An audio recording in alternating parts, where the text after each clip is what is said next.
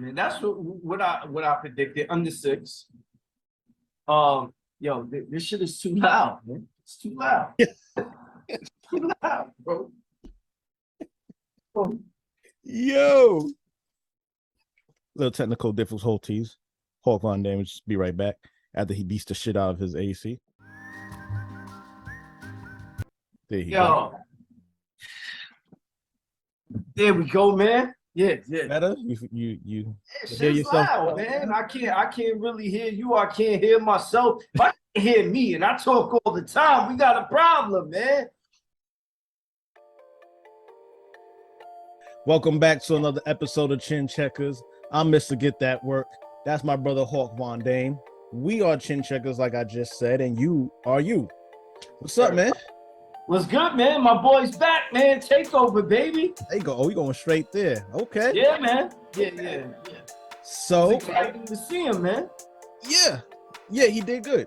I give it to him. He looked good.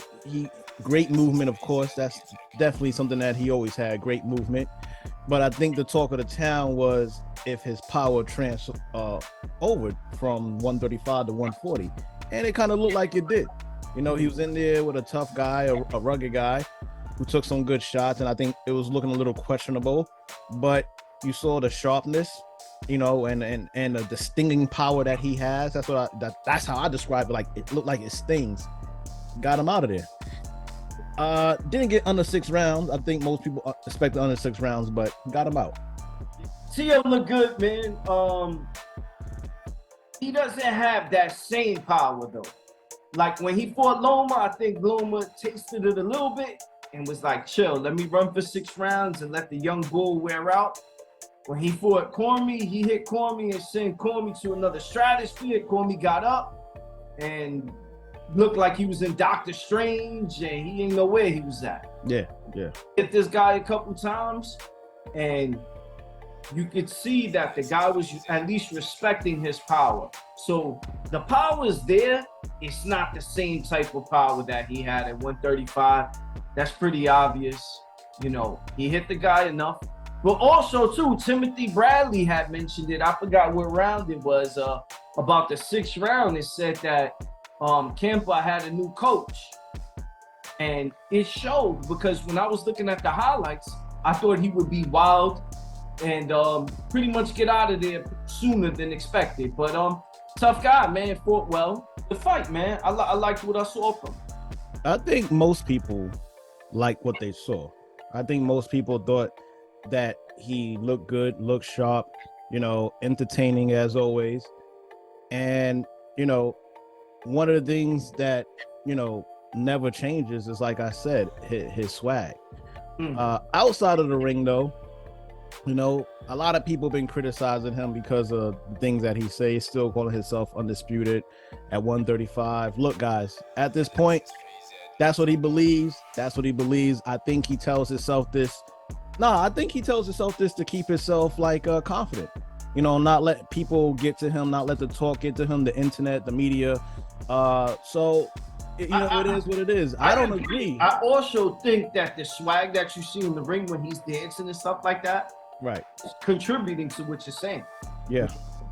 It's giving him a confident boost while he's in there. Like, that's when I go, he's in his bag. He's feeling himself because it looks like his confidence is starting to go up when he does that showboating and bravado and the swag I'm talking about. Yeah. Well, we know one person who didn't really care for none of that shit was Barboza. Barboza recently, he had a fight not too long ago, and we talked about it on here, but he criticized the ranking of Tio, and he's saying this is going to be his first fight at 140, and he didn't really agree with the ranking. So let me tell y'all the ranking of where Tio's at in every organization with one fight at 140. At the WBA, he's ranked 8. The WBC, he's ranked 6. The IBF, he's ranked 10. And the WBO, he's ranked 5.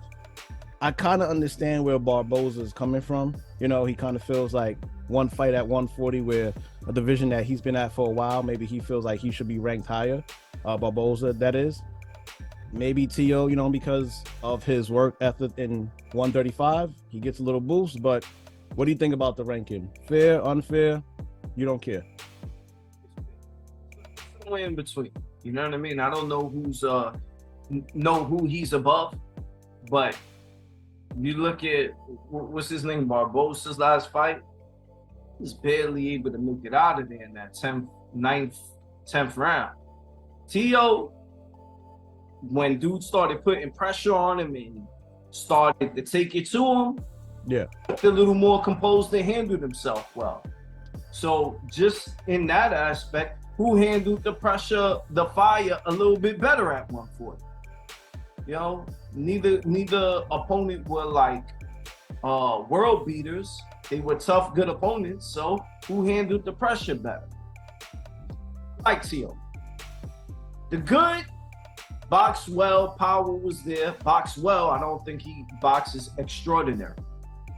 I also don't like the shoulder roll that he does. This is why I feel he needs a new trainer. Maybe someone who's really into film and technical. Right.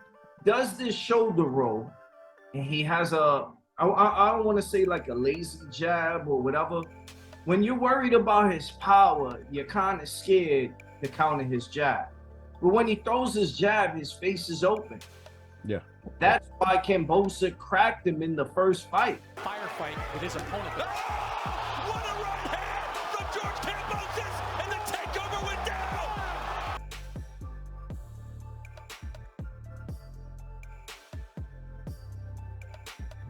That's what happens when you go looking for the knockout. Teofimo just got dropped. That shoulder roll,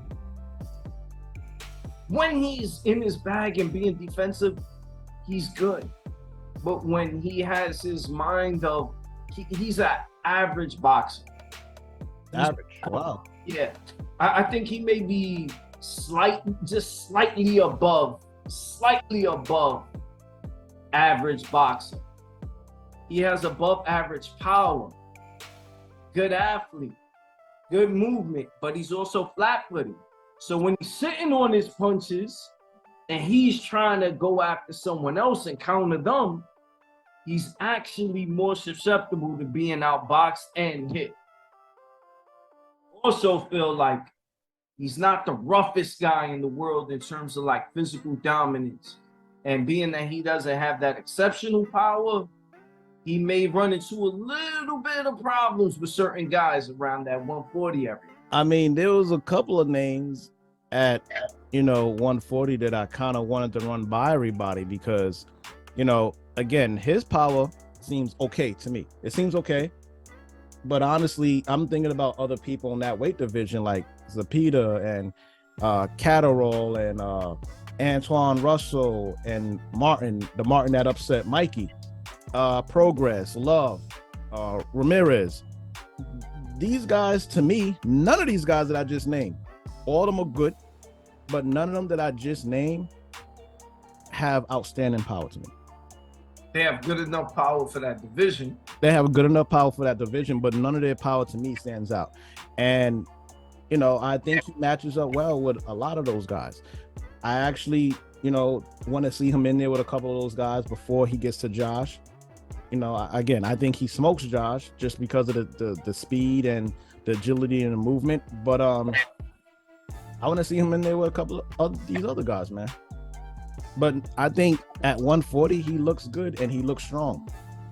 And his power might be what bails him out of some of these fights. I think him and Russell might be a great fight. That would be fireworks. I think he smokes Barbosa. Yeah, I think so. Yeah, I think he smoked Barbosa. I don't want to say smoke. I think Barbosa has a style where, one, he actually looks a little tall for that division. I'm not sure how big he is. He looks a little tall for that division. But two, he's a boxer, so he may not really engage, so he may make it a little tough for him. But I think Lopez would still win, but I think he'll make it tough for him just because of his style. I didn't like the way he reacted in that 9th and 10th round when he got hurt. Nah, I'm going smokes him. I'm going smokes him. He knocks him out. So, yo, we gotta define what a smoke is. Like, is smoke beating somebody within 4 and under rounds? I think smoke means knocking him out. That's what, but I mean, it depends on the knockout. That's what I'm saying. Like, if you beat somebody, it's not a lucky knockout. That's what I want to make clear. He ain't gonna get lucky on him. He gonna knock him out. It's gonna be set up, and he gonna knock him out. all right. Well, if you think he's gonna knock him out, at least give me the round. Probably 7, 8 around there. That's not a smoke, man. What? All right, he's knocking him out. He's knocking him out. It's not going the distance. Another guy, I think Ramirez would be a good fight for him. And the only thing that I would say is Russell is still in that contender mode. Right. So I think he's got to get a little more under his belt for Lopez to take that on. But I could see Lopez getting in there with Ramirez. The only thing is with Regis Progress. I don't really know how to say his name. I think he would be a little more trouble for a guy like Teofimo. So I think if Regis gets by Zepeda, you should stay away. The thing is, when Josh Taylor fought Progress or whatever, I thought Regis had him, but it looked like Josh just maybe had just a little more nastiness to him to outwork him or outpunch him or whatever it is, but I'm not sure if Lopez has that in him. Because in the fight with Kambosos, he kind of didn't show it. It was at one point where it needed to be there and he didn't dig down deep enough to have it. Well, for me, my thing is, I think Lopez. I think his movement, and again, he has pretty good power. I think he has pretty good power for that weight division, even though that was his first fight. His movement to me, was like, like you never really, not that you never seen it. It's just that in that weight division, you don't see too many people deal with that. And I think that's, for me, that's what was going to give a lot of people a problem. If he can move like that in every fight, I think that gives a lot of people problem. And again, I think he has power. I think he has good power for that weight class. That's what I see. So I think it might just be a battle of who gets their game plan off first. Yeah. If that's the case, I just don't want him to be too flat-footed. If he's looking for the bombs, he's very flat-footed. Looking to counter, he's flat-footed. When he's more on his toes, that's when you get the show and the movement that you're talking about. Yeah, he kind of looked like a sharper version of the Drunken Master. That's what you kind of look like to me, a sharper version of that. So, I think that's pretty dope, man. 2-1 combination that sat Campa down. Didn't try to throw it hard, but it landed hard. He needs to try to do the same thing right now. Showing out with the defense. Back into the mix. Squared up, wiggling, stepping over, feeling it right now. And having fun on there is Lopez.